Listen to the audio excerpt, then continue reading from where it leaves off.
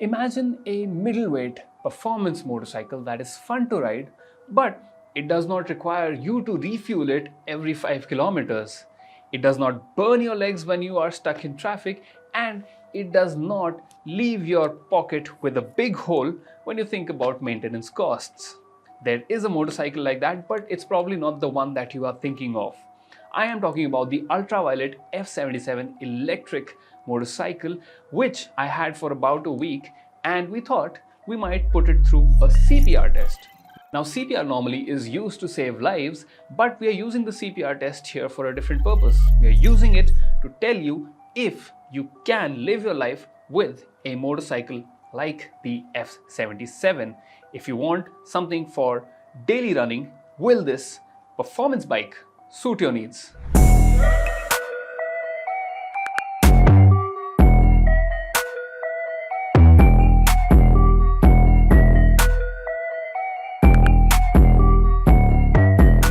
The very first aspect of our CPR test is the C component, which stands for comfort. How comfortable is the F77 when you're using it on a daily basis?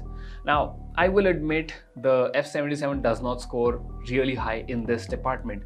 I was using the bike for my office commutes, which is about 26 kilometers on one side, and I did encounter traffic during the normal office hours. And I found that because this is a sporty motorcycle, you have an aggressive riding stance, and the foot peg position and handlebar position is such that it leaves a lot of your body weight on your arms and shoulders, which can get a bit tiring if you've been stuck in stop and go traffic for about half an hour or so. Add to this a stiff seat, and the comfort levels aren't too great, especially if you're stuck in traffic. But things do get better when you find an open stretch of road which is not full of hindrances like other cars and other motorists, and that is where the F77 does become a lot more comfortable. The adjustable suspension does a very good job in its stock settings to soak in the smaller bumps and the smaller potholes. And in fact, I was actually surprised by how comfortable the bike is when you are riding it over the normal city roads that we have in most places. So that way, Ultraviolette has done a good job in making the suspension such that it takes care of the smaller bumps. Yes, if you are going at higher speeds and suddenly are caught out by a speed breaker or a pothole, then you will feel the impact. But otherwise, I would say that I was impressed by how the suspension performs. It's just that the ergonomics and the seat could have been a bit better. Now, there is one feature that I must absolutely mention, and that is the reverse mode, which does indeed make your life very comfortable.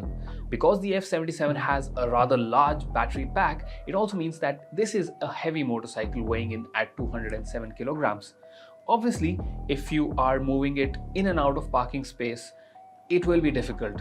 But thankfully, we have a reverse mode which is very easy to engage. You just have to press and hold the 0 button on the left side of the handlebar, and it engages the reverse mode, and then you can use the throttle to help the motor in the reversing movement. And if you press the 0 button again, it goes into a forward motion, so you can at very slow speed go in the forward direction. Now, this reverse mode, I cannot tell you how helpful it was and how useful it was every time I had to park at my place or under my office. So that is one thing which Ultraviolette has done really well. Overall, like I said, there are certain good things about the F77, but comfort is not exactly the highlight of this motorcycle.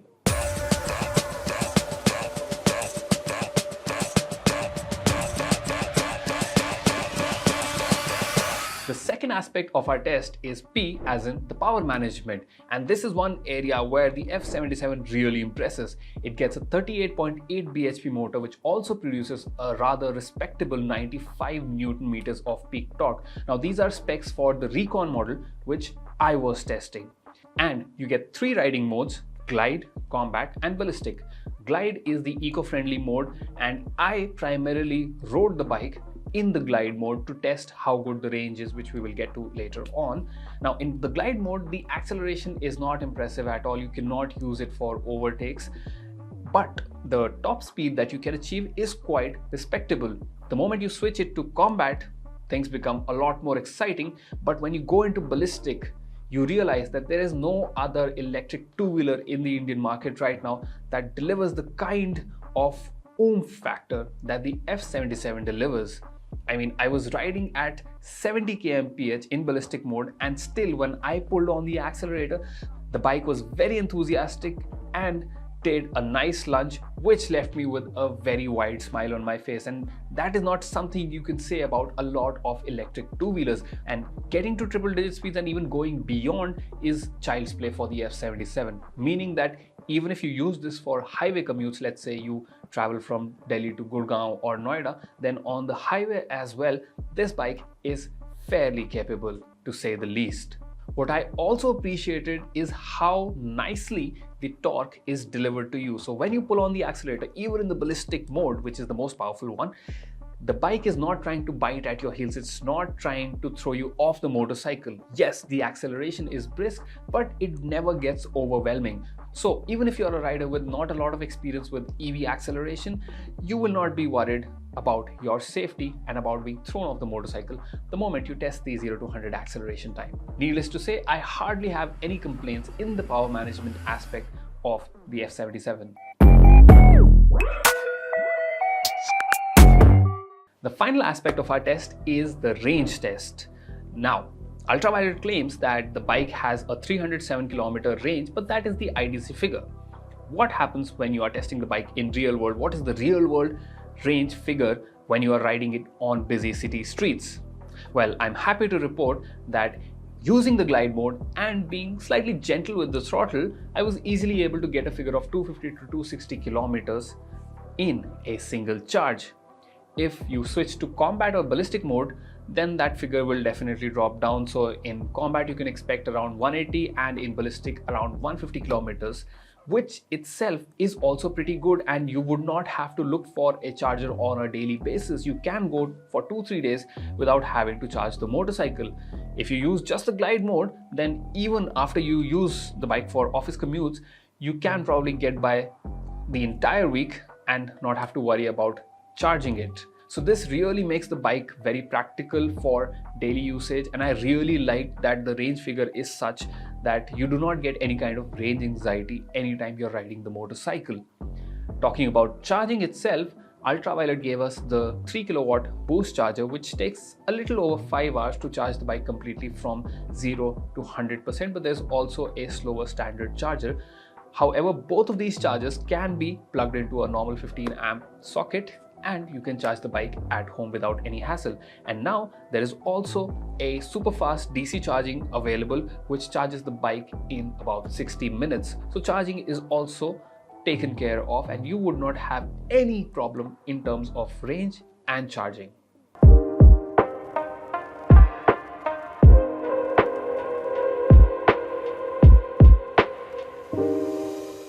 Now that concludes our CPR test, but there's one more thing I would like to talk about, which is not part of that CPR test, and that is the amount of attention you get when you are riding the F77.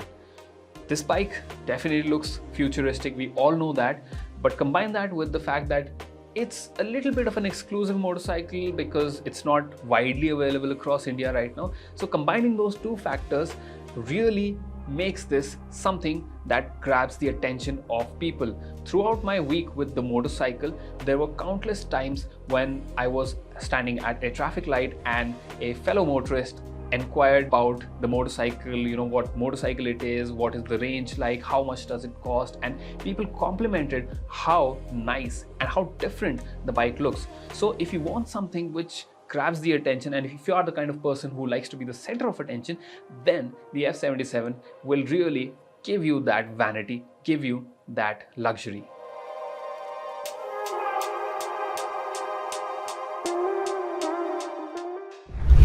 So at the end of our CPR test of the Ultraviolette F77, I must say that the bike came out looking pretty good. Yes, there is that problem with the comfort and the ergonomics, but I also gave the bike to my colleague who's about 5'10" in height, and he did not have the same complaints that I had. So if you're a taller rider, yes, the problems are compounded a little more, but if you are less than 6 foot tall, then the problems will not be as prominent as they are for someone as tall as me. As for the other aspects, like I said, you get a motorcycle which gives you the kind of performance you need, and you do not have to worry about refueling it. You do not have to worry about filling it with high octane fuel. You do not have to worry about it burning your legs. And those are things that you come to appreciate when you switch from a regular twin or triple cylinder motorcycle to an electric one. And that is where I think EVs do shine. As for the price, yes, this is an expensive motorcycle at about 4.5 lakh rupees, but like I said, you do save on daily fuel costs as well as maintenance costs. On top of this, there really is no competitor in the EV space against the F77. So if you want something unique, you want something that is also practical, but you can live with the slight inconveniences of the ergonomics, then the F77 is a very good motorcycle, and certainly one that you can spend your days and evenings commuting to and fro from office. So that's all for today and for this video. If you like this video, make sure to hit like. If you have any comments or any questions related to the F77, make sure to put them in the comments box below. Subscribe to our channel if you have not done that already, and press the bell icon so that you are notified every time we upload a new video. This is Aakash Paul signing off for now, hoping that you follow all the rules of the land when you are out on the road. Bye bye.